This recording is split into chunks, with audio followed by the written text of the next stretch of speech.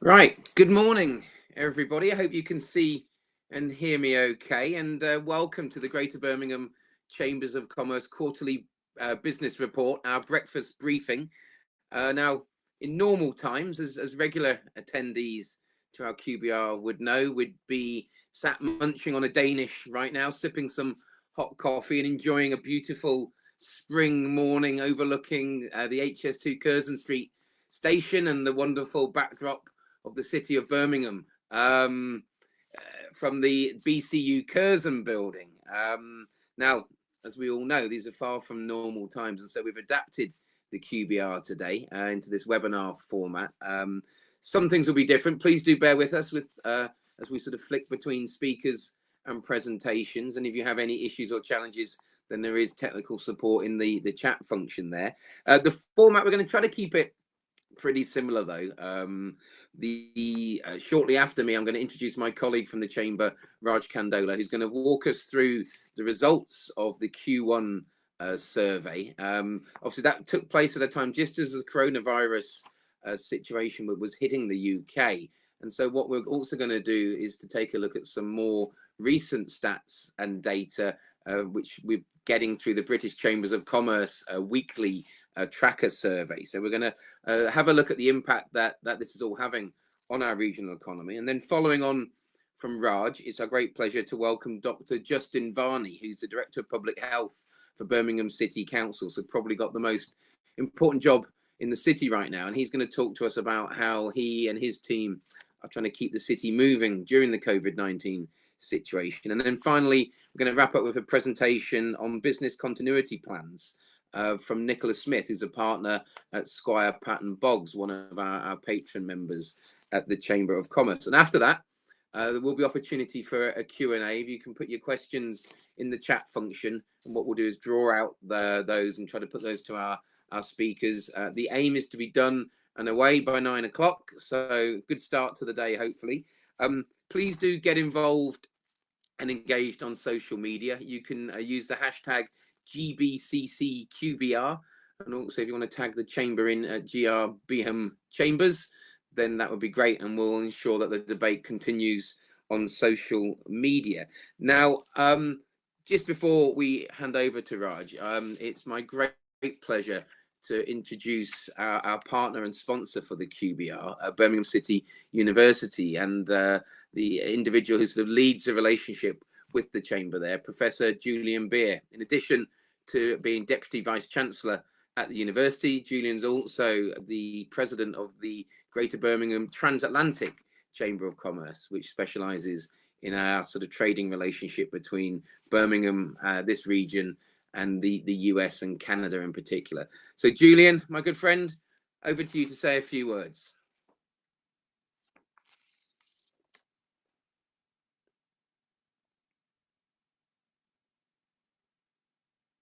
This is where I wait now for the technology to run smoothly and seamlessly.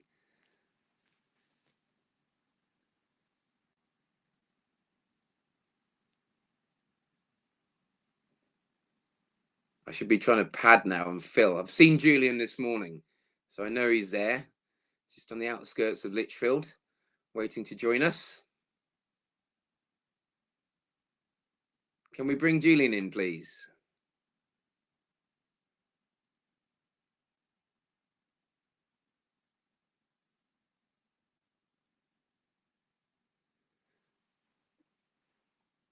Okay, just waiting for this to happen.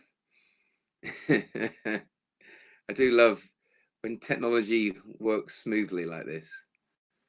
Can someone bring Julian in, please, in the team? I know he's there.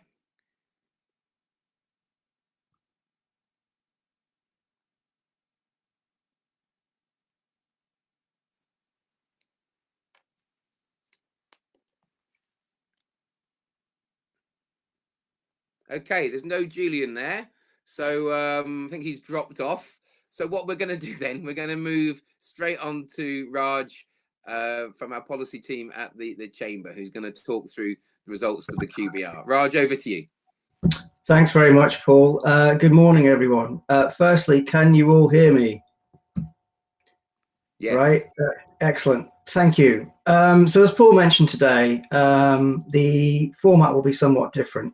Normally I spend a lot of time going through the quarterly business report in great detail, but as the survey was conducted back in mid-February, early March, as Paul said, we thought it would be sensible to bringing the latest economic data and also focus on our Keep Business Moving campaign, which is obviously what we've been focusing on for the last few weeks to help businesses get through this very difficult period. Next slide, please, Jess.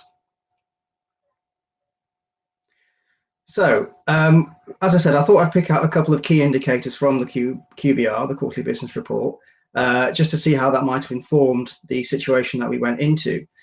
So the Quarterly Business Report is set by the British Chambers of Commerce. It's been around since 1989, and we've had the digital data set since 97. Our survey covers 6 geographical areas. That's Birmingham, Burton Chase, Lichfield, Tamworth, Solihull, and Sutton. Now, as I mentioned, this survey took place between the 17th of February and the 9th of March. And in that time, the number of confirmed coronavirus cases in the UK went from 9 to 331. So it just shows you how much we were very much in the embryonic stage of this crisis at that time. This quarter, we received 310 responses. And what we do is we go out to businesses and ask them a set of questions around domestic demand, export demand, recruitment intentions, but also any concerns they might be facing. And we use a balanced score approach. So put simply, we'll take the percentage of firms that have reported an increase in an area, times that by 1. We'll take the percentage of firms that have reported constancy in an area, times that by 0.5. And then we'll take the percentage of firms that have reported a decrease in an area and times that by 0. And that gives us an overall balance score. And if that score is over 50, that's indicative of growth. Next slide, please. So let's start with export sales then. So export sales refers to international business that's taken place over the previous 3 months. And as you can see, looking at that green line in front of you, now that's the QBR index combined, we saw a 4-point fall there down to 52. So hovering very close to negative territory going into this crisis. So that's the continuation of a 6-month pattern. There was a bit of a slight difference in the individual sectors. So the service sector score fell by 8 points down to 51. That's because a greater number of service firms reported a drop in export sales. By contrast, we saw a 3-point increase for manufacturers up to 54. That's because a greater number of manufacturers saw an increase in their export sales this quarter, but still very close to that negative territory, as we said. Next slide, please. Now, looking at the cash flow balance score, well, this actually entered negative territory for the first time since Q3 2016, so just after the EU referendum. So we saw a figure of 49, and it was a figure that was a trend, that was replicated in each individual sector. Looking at that green line in front of you, that's the QBR index for service firms for cash flow, and that fell by 5 points to 49. And the red line beneath it, that's the QBR index for manufacturers for cash flow, and that also fell by 5 points, but down to 39, which is one of the lowest figures on file since the midst of the global financial crisis. So just shows you the inherent issues that firms are facing heading into this crisis. Next slide, please. We also ask questions around primary business concerns. So we'll ask the question, as you can see on the left-hand side, which of the following factors are more of a concern than 3 months ago? Way up there, as you can see, was competition listed at 33%. But there were a number of concerns around exchange rates, taxation, also business rates as well. And we also asked the free text question, what's your primary business concern? And people can write whatever they want there. So you can see some of the responses that people put down, such as costs, increases, Brexit. 20% cited competition as their main concern, but in second place, 7% cited coronavirus as their main concern. So you could see the warning signs were brewing there. Next slide, please. So we also asked a specific question in the last survey around the impact of coronavirus. And the question was, has the coronavirus outbreak caused your business any difficulties? Again, this was a free text question. And as you can see, just under 30% reported they'd been either negatively impacted by coronavirus or coronavirus-related disruption to date. And just under a fifth reported having experienced some form of impact to date. So you could see the warning signs were there. Next slide, please. And of those who'd experienced or expected to experience or concerned about experiencing difficulties due to coronavirus, a number of issues were identified.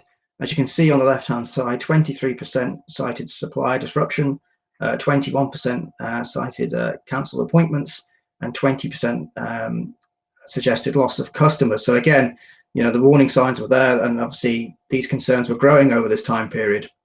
Next slide, please.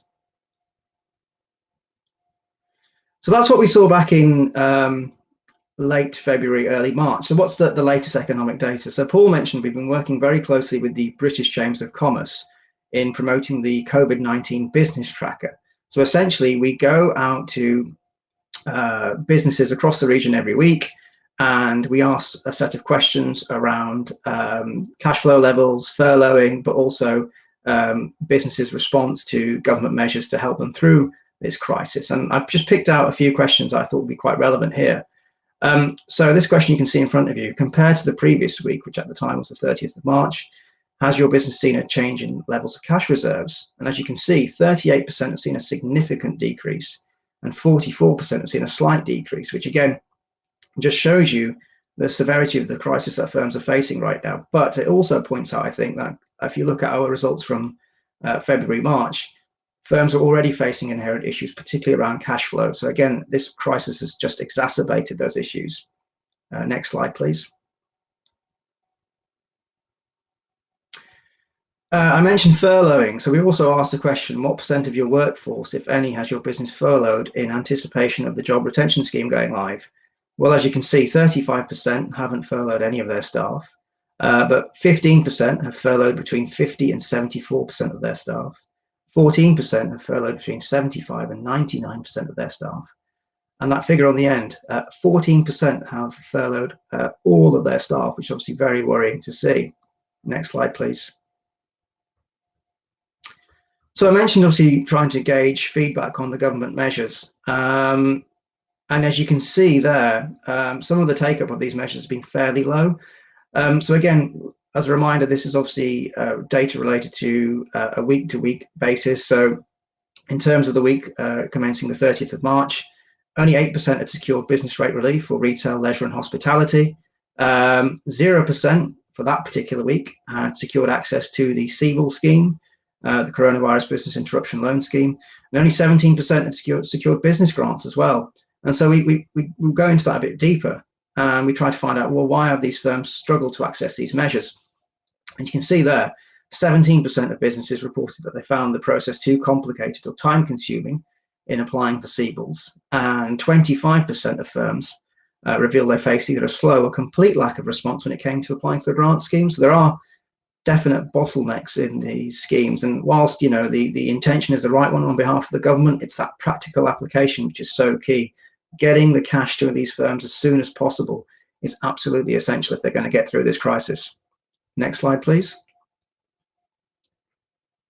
Now, we have a couple of questions we thought would be worthwhile asking yourselves today, again, just to kind of get the feedback on some of these government measures.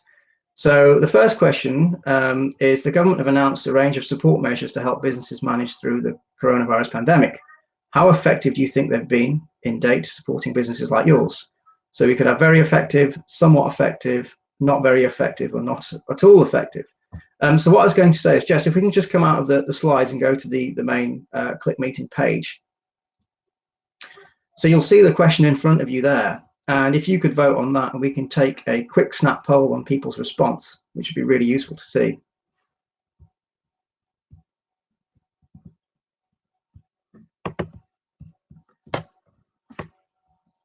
There's a submit box at the bottom after you've clicked.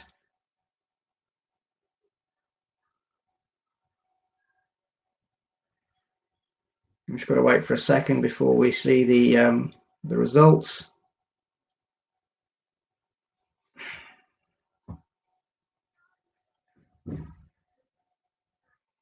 Okay, so we'll wait for those to come back through. Jess, if we can just go back to the slides, please. Ah, there we go. We can see 70% there.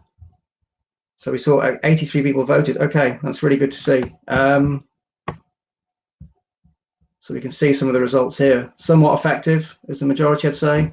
Not very effective. 5% felt they're not at all effective. And 8% felt they've been very effective. Okay, that's really interesting to see. Jess, if we could just go back to the main slide deck, please. Okay, so we have a second question here as well. which we'd like you to answer in the free text box. But take your time on this one. This is something that you can fill in throughout the remainder of the event. Post-lockdown, what type of support would you like to see in order to help businesses adapt to the new environment? So that could be further government support, or that could be advice on certain topics. If you leave your answer in the chat box, we can pick that up throughout the event. And again, that will really help shape our feedback to both local and national stakeholders moving forward. Next slide, please. So I mentioned at the start of the presentation our Keep Business Moving campaign. So this is something that we've been focusing on now for the last few weeks, in essence trying to help businesses get through this unprecedented time period. And the three main pillars of the campaign, I'd say, reflect the very essence of the Chamber. Essentially, we're here to help businesses connect, support and grow through this difficult time period. So when it comes to connecting, we have our hashtag GB Chamber chat, which takes place every weekday on Twitter. We're still running our member-to-member offers as well, so please do take a look at our website for more details. In terms of support, we have our COVID-19 hub, which includes a raft of information on government support measures and how you can access them. We're running a number of informative webinars as well on topics such as furloughing your staff and access to cash flow. We still have our free legal and HR helpline for our members, but the big bulk of our work has been around lobbying and campaigning activities. So again, the more feedback we get from yourselves, the more that we can help to shape, influence government policy at the highest level. And we are supporting government appeals as well for sourcing ventilators, hand sanitizer and protective clothing. That's a campaign we're working very closely with the West Midlands Combined Authority on. So if you'd like more information on that, do let us know. And of course, we're still trying to grow awareness of your business. So whether it's thought leadership content, so whether we're looking at blog posts or videos on how firms are responding to COVID-19 and working digitally, do let us know. And of course, we still have our daily articles, the news articles, which go out to 14,000 subscribers. So again, lots of information on there and how your business is adapting to the current crisis and what it's doing to get through it. Next slide, please. So I mentioned our COVID-19 hub, and here's just an example of what that covers. So you'll see on the left-hand side some text. If you go onto our website, you'll see this here. Essentially, this table goes through all the government support measures which are available for businesses and charities. So on there, you'll find details around what each scheme entails, how you can access them, and when they're available for. So we've got on there details on the job retention scheme, statutory sick pay refunds, small business grants, but also grants for charities as well. Information on the coronavirus business interruption loan scheme, or CBILS as it's referred to, VAT deferrals, but also the Treasury time to pay scheme as well. So there's lots of information on there, and I'd urge you to have a look at that if you've got any specific questions. But that's all from my side. All that remains for me to say is just thank you so much for your continued support, and please do keep sharing your feedback with us. As I said, the more feedback we have, the more of the influence that we can have at the very highest level when it comes to dealing with both the Bank of England, the government, and obviously local authorities as well. So that's all from me. So now what I'd like to do is I'd like to bring in Dr. Justin Varney, Director of Public Health at Birmingham City Council, who's obviously playing a very important part in keeping the city going right now.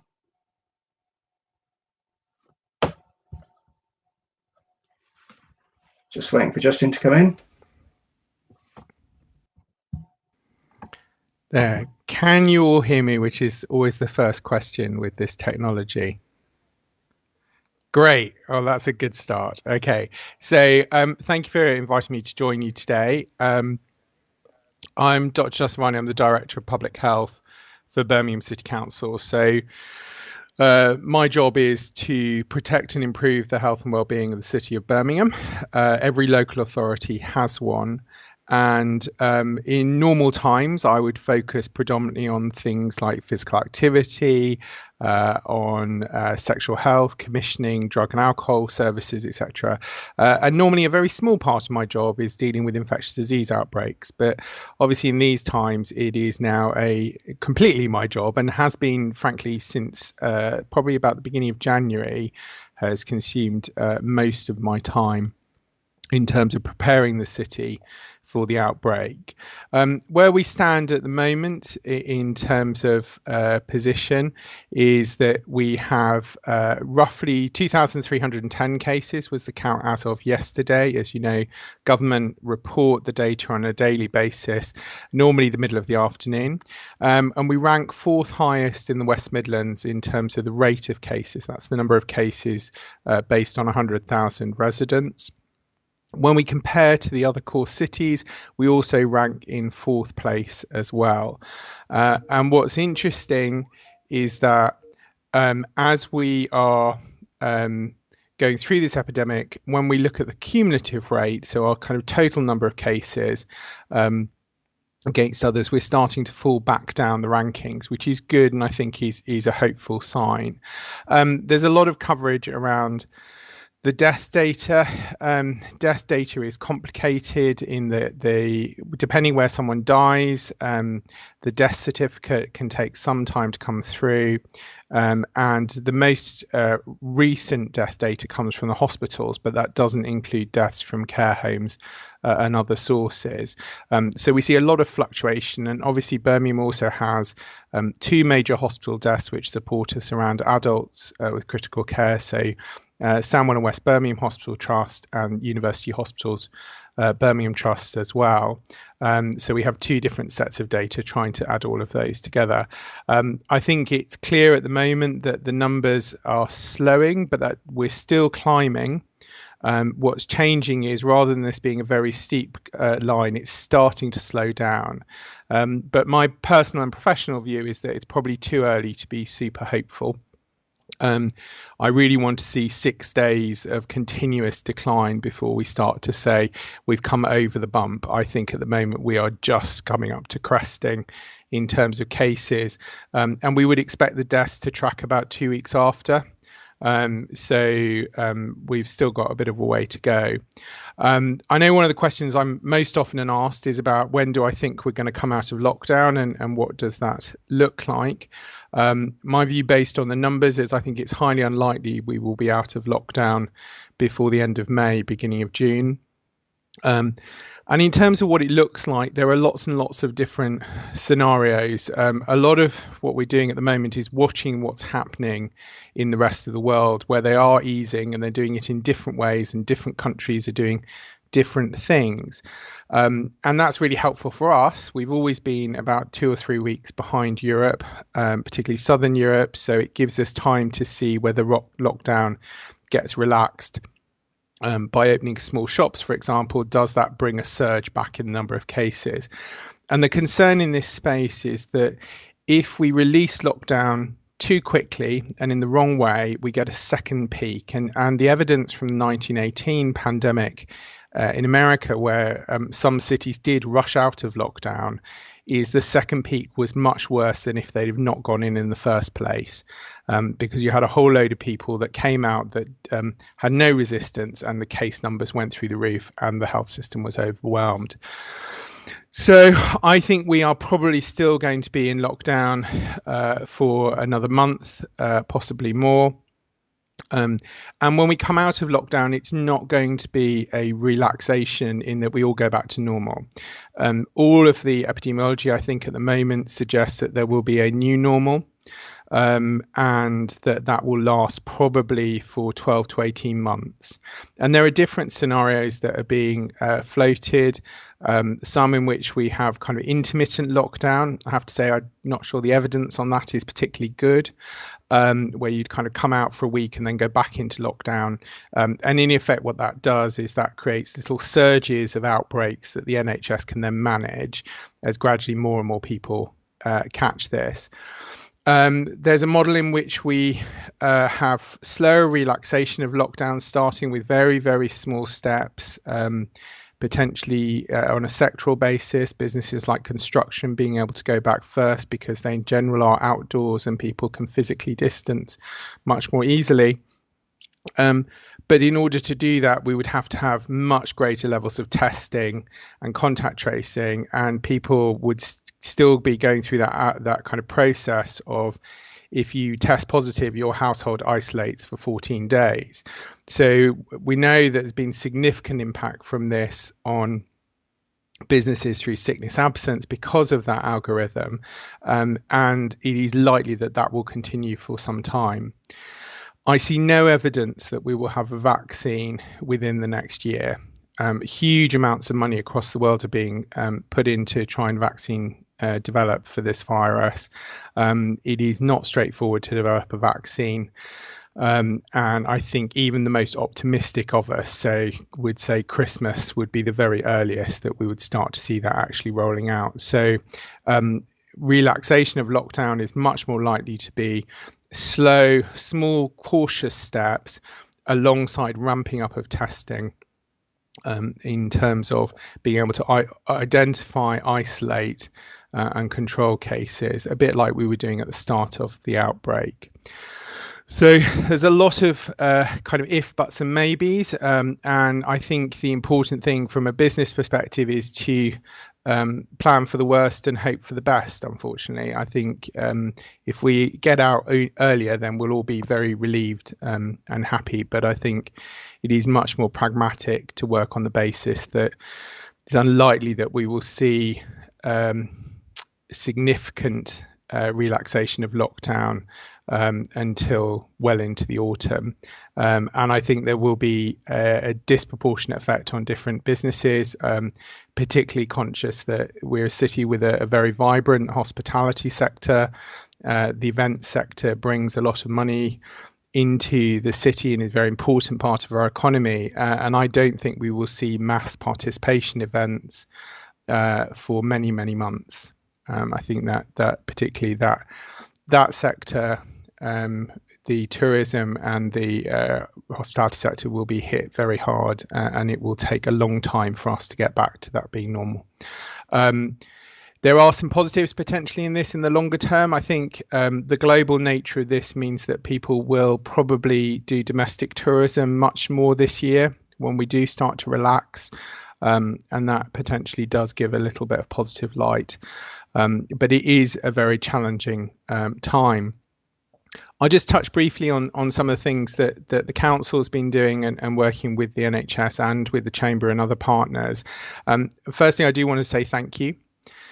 There have been some spectacular things done by businesses in Birmingham to help local residents and to help the public sector in this. There have been some amazing donations of personal protective equipment.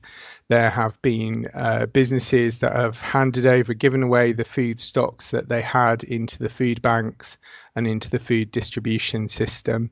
And that has really helped. I think we all acknowledge that some of the national responses have not always worked as smoothly as they might, particularly when it came to the food distribution. And when we think about things like the shielded population in Birmingham, we have a list which in the first cut was over 30,000 people.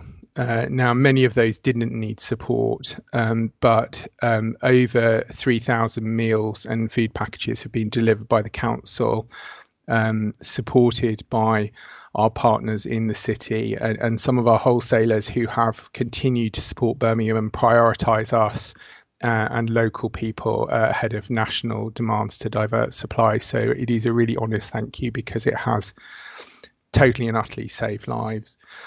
At the moment, we have done what we can from the council to support business, working with the Chamber. There's also information on the council website.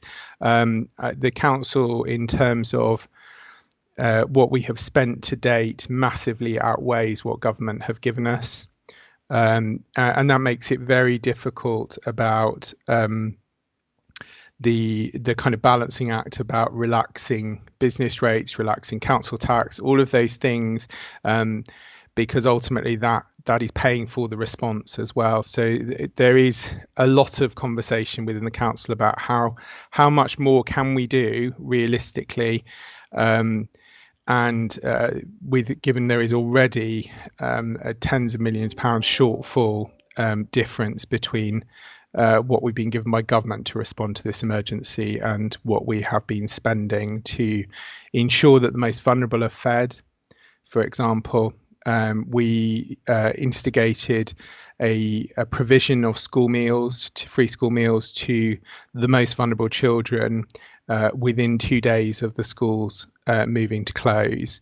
The government system didn't come online for some time after that, and that is just an example of some of the work that's been going on very much in partnership with business. I think in terms of the local NHS, again, huge support. I know business in the city have been donating and working with the NHS in all sorts of different ways, from providing accommodation for workers when they're working on sites that mean they can't go home to their families for fear of taking infection back to them, to helping support the hospitals stay moving and moving forward. And I have to say the NHS in Birmingham is doing well comparatively, which I think is really good news. I know there are more businesses out there that want to help. If it's about personal protective equipment, then please do go through the council website. We've got a particular portal about donation or sales.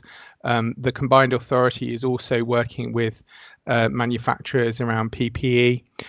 What I would say at the moment is that we are doing quite well on goggles and visors. There's been a huge movement with everyone who's got a 3D printer, and that's brilliant. The challenge is much more gowns and masks and gloves, and that challenge is going to continue for many weeks. So I've tried to give you a really broad overview of the situation at the moment. I think there are still many unknowns. The one thing I will just touch on finally before I go on to answering any questions is some of the concerns we have around differences in how the coronavirus plays out for different communities across the country and in the city. So we have been looking at that. We're very aware that there have been some concerns about particularly how some of our African and Caribbean community feel that they've been treated and experiences in hospital, and that's been picked up directly with the hospitals. There's also been work looking at the differences in infection rates. At the moment, there isn't a clear pattern coming out for Birmingham, but we do have a special meeting of the Health and Wellbeing Board at 3 o'clock on Thursday, which will be audio streamed, so you can listen into that discussion if you are interested. But just to say, it is something that I have been lobbying at to try and get access to the data on, but also now we've kind of just gone down the back door with the NHS to get it locally. And continue to look at and look at closely to understand the pattern of this outbreak. So I'll leave it there and hand over to the next speaker. And I think there's time at the end for questions for everyone where we can pick up some more of those there. Thank you, Justin. Can everyone hear me now as I come back in? Tech works good. No, I mean, that was an unenviable task there to try to sort of come on as the Director of Public Health and to talk about the whole COVID-19 situation in a little over 10 minutes. But you can see from the comments in the chat, and I'll just echo that. I thought, very, very candid, very honest.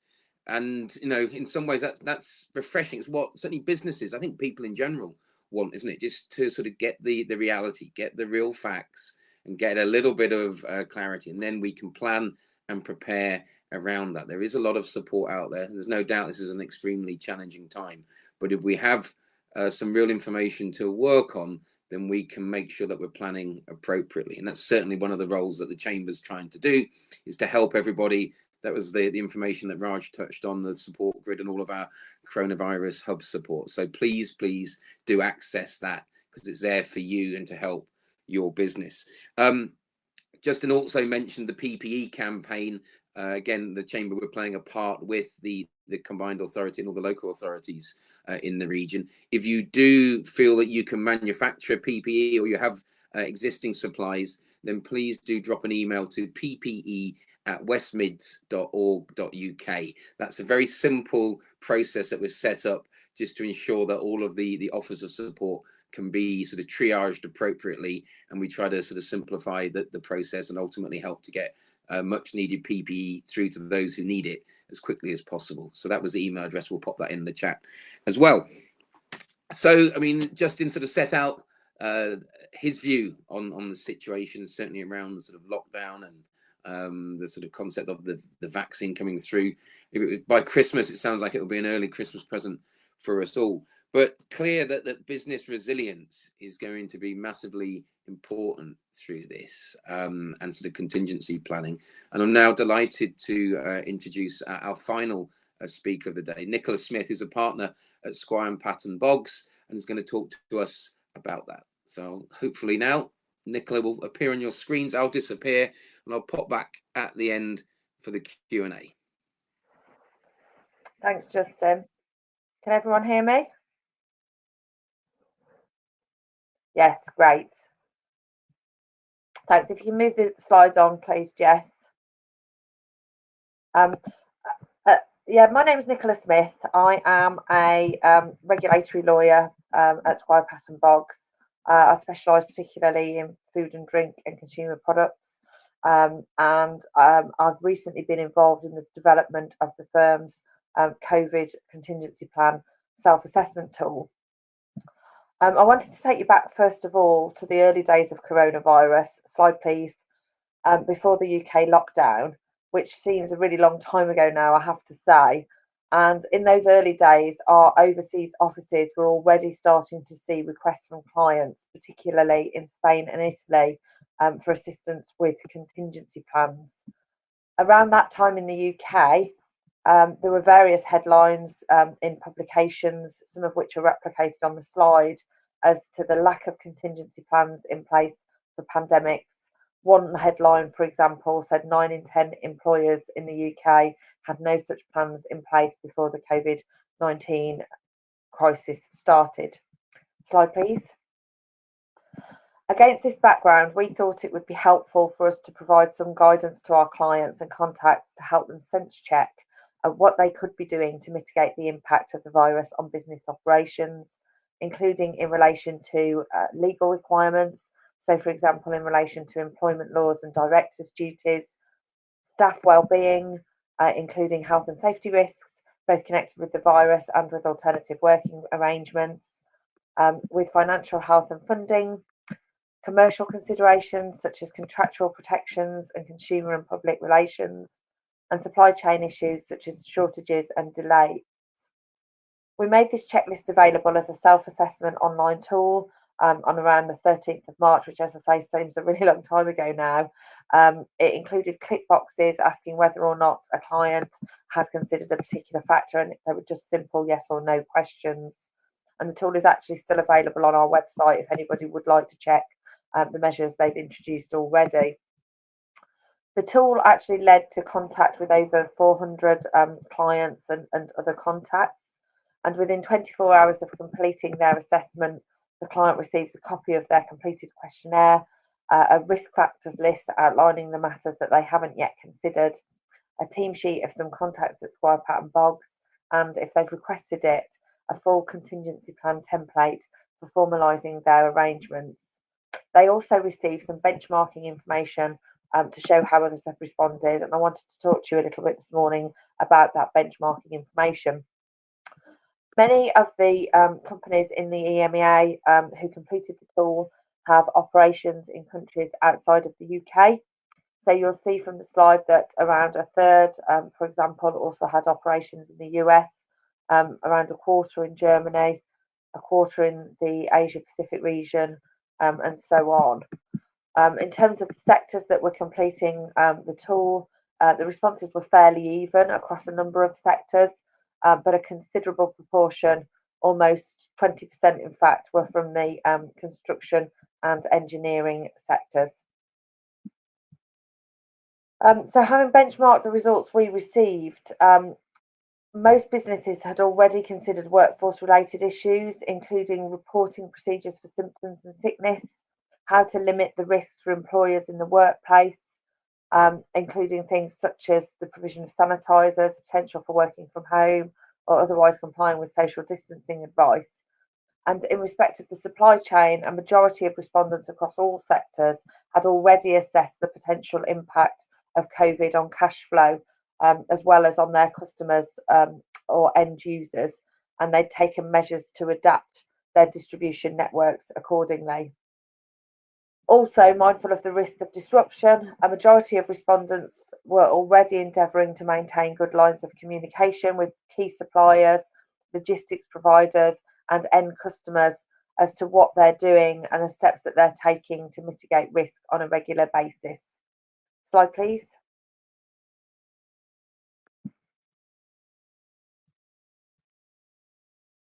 Sorry, if we can move the slide on.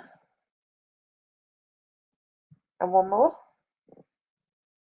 Thank you. However, there are seemingly a number of areas at the time of completion of the self-assessment at least that hadn't been receiving as much attention or were not on the radar for many businesses. I'd like to ask now, for those that have dialed into the webinar, if there's anything that you didn't consider or plan at the start of this crisis that with hindsight you wish you had. And perhaps if you can type that into the chat box, and then we can have a look at that after we've gone through some of the factors on this side.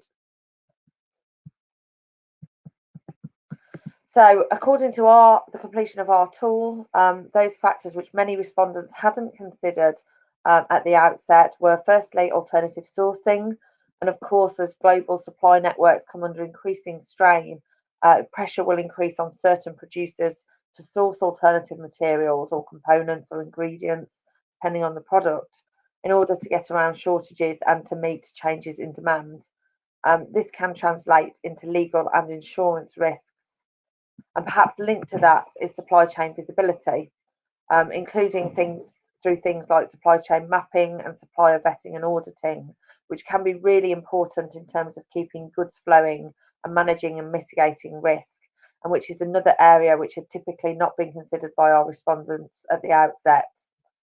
Not having sufficient visibility over sourcing alternatives can of course result in an increase in underlying production costs, and such goods not having been sufficiently quality tested or meeting required specifications, which could lead to subsequent disputes.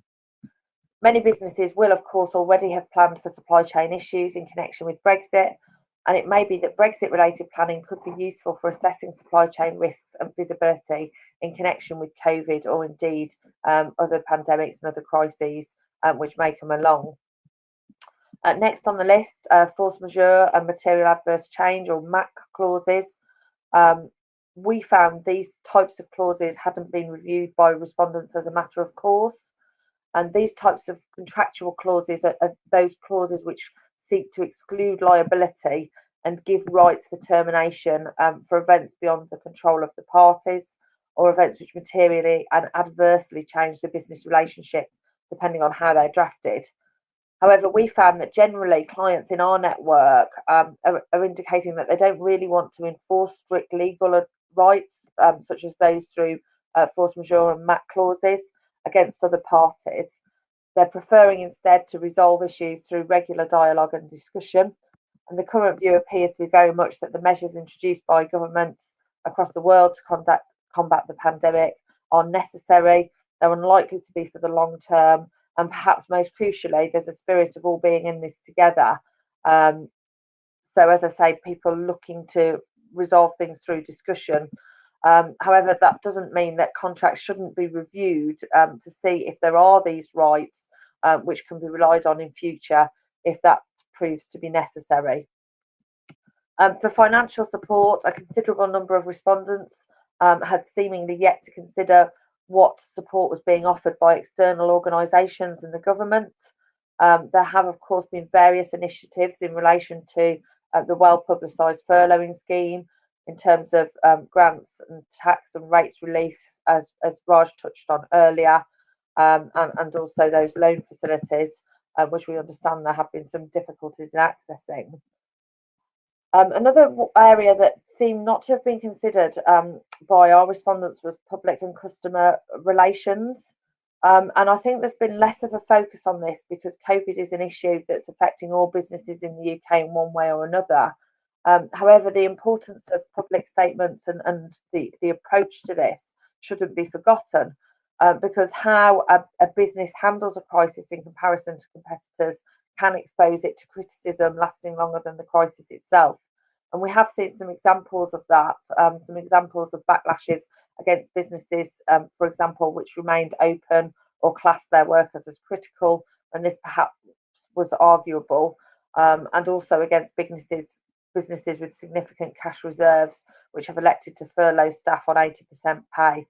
So that public and customer relations can remain really important, even though this issue isn't just affecting single businesses. Finally, on this slide, regulatory compliance.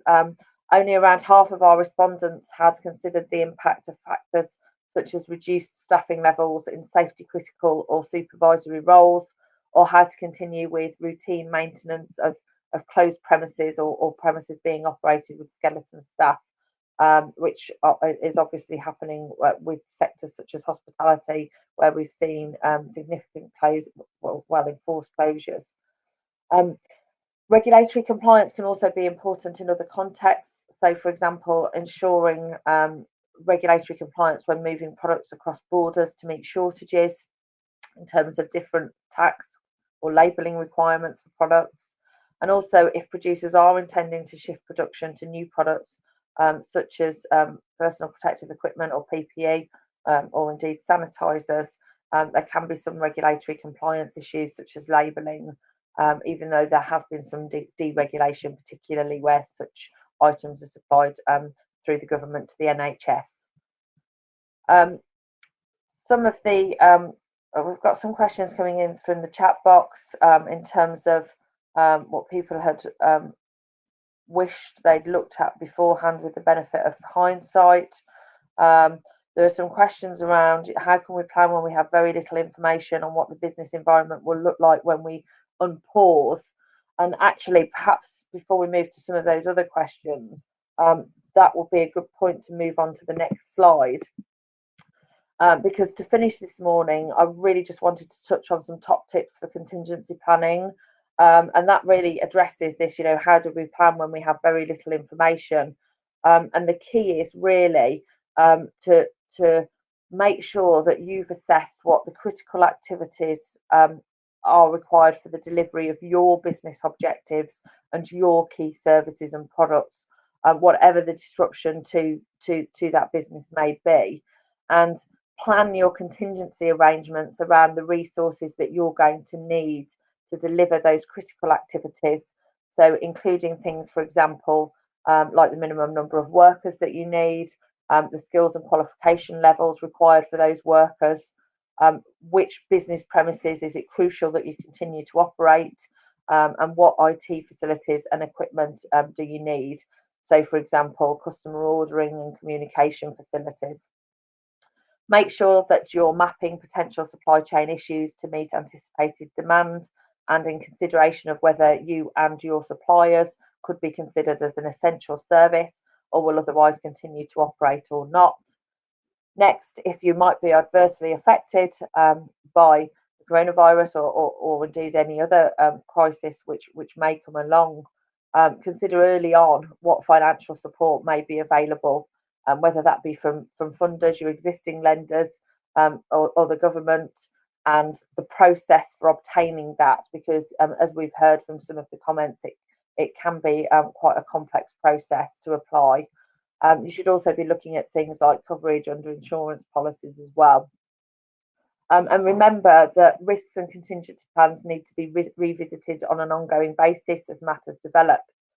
And finally, in terms of this resilience planning, I would stress that all of the planning should be with the goal in mind of business recovery within a defined timescale that you've identified in advance as realistic and in line with those critical risks and those critical activities, and the risks that you've identified, and the measures that have been taken. Thanks for listening. I think we're going to move on now to some questions for all of the panelists, and I think we've got some coming through already. So perhaps I can pause while the other speakers come back in. Thank you, Nicola. Right, can everyone hear me as I've come back on now? Just do a little test. Yes, good. No, thank you. Lots of sort of food for thought there, and certainly sort of actions that businesses can be picking up. There's an awful lot of comments coming through as well, which is fantastic. fantastic. So thank you all for sort of sticking those in there. What I would say, that the chamber team will be picking all of these up and sort of filtering them and factoring them into our lobbying asks. There is an awful lot of lobbying going on right now, and we're sort of plugged in with local authorities, of the combined authority, the mayor, MPs. There's lots of different groups taking place, and we're constantly sort of revising our asks as this sort of fast-moving situation develops. We've sort of starting to formulate a bit of a campaign around Mind the Gaps. We think in general the government's measures are well intentioned, but once we've got through the sort of the first impact of these, and be it the Sybil's or the sort of furloughing scheme or small business grants, and to sort of Justin's point about just how long this may continue for, there's also an awful lot more that needs to be doing. So that's what we're focusing on, and we're actually looking to issue an updated sort of a set of policy asks on Thursday morning. So please do keep your eyes out for that on our chamber channels. Also, must just say I've spoken to Professor Julian Beer, whose Wi-Fi has been dropping in and out. That's why he couldn't join us at the start. He even had a shave and put a tie on this morning, but he did ask me just to thank everyone for joining in. Thank you for everyone's support for both the university and also the QBR today. So I've done my piece there in passing on Julian's message. Now, I mean, there are a lot of questions there. I've only got 10 minutes. What we will do is certainly capture them and see if we can use these to inform some sort of backwards and forwards and some messaging that we'll put out down the line. I mean, one that struck me, Justin, which a lot of people are talking about, are face masks, and how effective they are, and certainly as we think about coming away from lockdown, what's your sort of advice or guidance? I think there's one there from Charlie Blakemore. Justin, do you think face masks for general public will be a key part of lifting restrictions? And if so, are we planning already for mass production? So I think at the moment it's important to get that the evidence base on face masks for the general public is weak. I think in most countries we're not used to wearing them. When you put on a face mask, it basically acts like a massive sponge on your face. So everything you cough kind of consolidates in the inside of the mask. And anything that's coughed on the outside of the mask sticks on the outside of the mask. And when you take it off, what we tend to do, because we're not used to wearing them, is touch the mask, touch our faces, get the virus all over our face, take the mask off, put it in our pocket where it incubates nicely, and not get rid of it quickly or effectively, and not wash our hands before we touch our face. So there are a series of potential risks. What some countries have done is suggest wearing fabric face masks. So whether that's a scarf around a face or a double folded bit of fabric, and that's really to reduce the risk of you to the other people out there. So it's reducing the droplet spread from your mouth. And I know that SAGE are looking at that. There is a very real concern that if the public all rush out and buy surgical face masks, that takes them away from the NHS. And we already have a supply chain problem getting those to the NHS and to social care workers. So the last thing we need is that disrupted. But I think honestly, if you want to wear a fabric face mask when you go out, I'm not going to stop you. But the really important thing is you must keep washing your hands, because that's where this falls apart, is people wear face masks and they forget all the really important fundamental stuff, and they think they're safe and they take stupid risks, and that risks all of us. Justin, there's lots of questions around testing as well. Would you, again, we are short of time, Sure. But sort of just your view on testing. When's it likely to be rolled out? How impactful will that be? Why is it so sort of critical? There's lots of talk around testing. Yeah. And I think that there's probably multiple conversations happening. Sure. So first off, there are two types of tests we're talking about. There's a test which is what's called a PCR test, which is the one with a giant cotton wool bud that's shoved right at the back of your nose. It's not a comfortable thing to have done. And that's looking for the presence of the virus. And that's what's being done at the moment for people coming into hospital, people in care homes, and for healthcare staff and their affected families to get them back to work, and now being extended towards social care and other essential services. And there's a limitation on how many tests we can do. really because of the lab equipment. It's not the number of labs, it's the chemicals you need to do the test, which seem to be the limiting factor. And that's the 100,000 tests that the Secretary of State was trying to get to. We are sadly, I don't think, anywhere near that. The second test that people talk about is the antibody test, and that's the one, are you immune to this? We don't know how long immunity lasts. We think it's probably months rather than days or weeks, but we don't think it's years. That's the real kind of money ticket on getting out of lockdown, because if you can show that you're immune, then you could re-enter society without too much risk. We have not found an antibody test in the UK that has passed all of the tests to show that it's accurate. And the worst thing that could happen is you get a test telling you you're immune, you go out, you take all sorts of risks, you put other people at risk, and ultimately you end up in hospital, and those you love end up in hospital too. So it's not straightforward, but there is a massive effort trying to increase capacity. That strikes me as an absolutely critical point with so much of this. While we're desperate to sort of get through it and get past it and get a vaccine and get more PPE, get these tests, they've got to be of the top quality, haven't they? Because actually not doing so can be more dangerous and more damaging. I think we've got time for probably one more question, and I'd seen one from Andy Dawson, who's MD of Curium Solutions, another chamber patron. And this was for Nicola, and I think Nicola, Andy's question is, how do we move the agenda on from talking about resilience to actually resetting, and how do businesses start to look to the future and plan for that, and how are we going to succeed when we do unpause, knowing that I suppose there's so much unknown at the current time as well? Any thoughts on that? Well, I think in some ways it's more difficult to do than planning for the lockdown, because with the lockdown things were more certain in that activities were going to be finishing, and at the moment we don't yet know what pace things are going to restart. But that said, I do think that the planning for resetting and looking to the future goes back to those fundamental points of what your business objectives are and what your business critical activities are, and looking at the resources that you need to deliver those.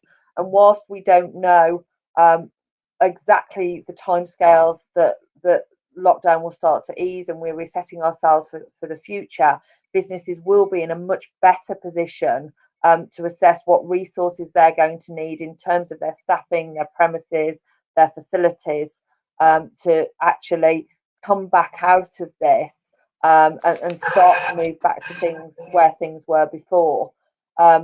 So my advice on resetting yourself is going back to that plan, going back to what you're looking at for your business and what you need to achieve that. So really understanding those fundamentals. And Justin, I mean, just from your side, and you mentioned obviously the great partnership working that's taking place at the moment with the council and lots and lots of businesses, but and you gave your sort of views on the next sort of period, I guess, from sort of out to sort of 18 months. But how do you think businesses can best navigate through so much uncertainty and the sort of the health impact that this is going to or is having? Yeah, well, first of all, it's not easy, and I wish I could tell you here's a really succinct, simple answer, because I would have made 1 million by now, and I'd certainly have a book tour going. I mean, I think there are a couple of things.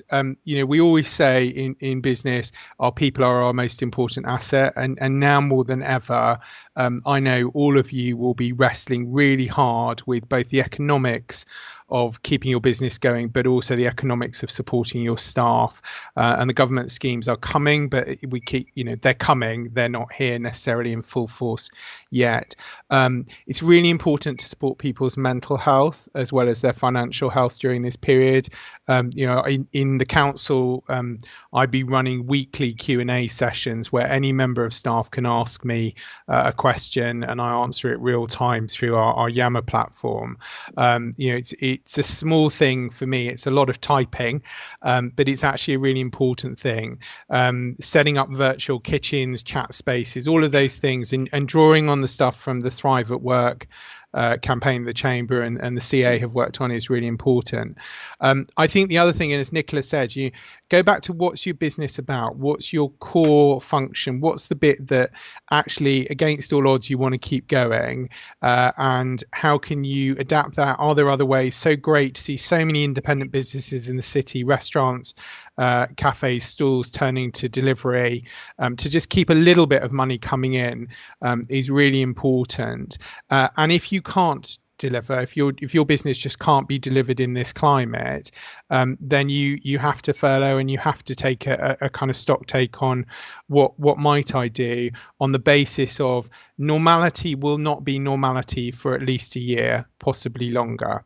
So if your business is exotic tourism, for example, I think that's highly unlikely to come back in the next 12 to 18 months. So what else might you do instead? And whether that's volunteering to just keep you busy in the Nightingale or one of the other sites, or it is a complete pivot and business rethink, this for all of us, for many reasons, economic, personal, and spiritual, is asking us to reflect on what is truly important and what do we want to do with our lives. And for many of us, that's a harsh and blunt question. For some of us, it's more of a meditation question at the moment.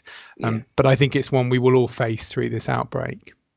Thank you, Justin. That's a very profound way to wrap up this session. So we just ticked past 9 o'clock when I said that we would have this finished so you can all get on with your day. I would like to thank BCU and Professor Beer once again for their ongoing and enduring partnership with the Chamber. It really allows us to put an awful lot of resource into the QBR and to ensure that this very, very important sort of survey, which gives us a picture of the health of our region over a long period, so we can really assess what is happening to happen. So thank you to BCU. Thank you to our panelists, Raj, Nicola and Justin, for your insights and for joining us today, bearing with all of the technological preparation that we undertook. Really interesting, really candid views there. If you've got more questions, please do send them through to the address that we've put in the chat box there. Keep Business Moving, KBM at Birmingham-Chamber.com. Thank you for all of your comments. As I've said before, we will integrate those into our lobbying asks, and watch out for our Mind the Gap piece of policy work coming out on Thursday. There's an awful lot of tools and resource on the Chamber website and across our social media channels. Please do access that, share it as well with friends and colleagues who may find it of use and value at this time. And I think really enjoy the rest of your day, stay safe, and let's together keep business moving. So thank you very much, everybody.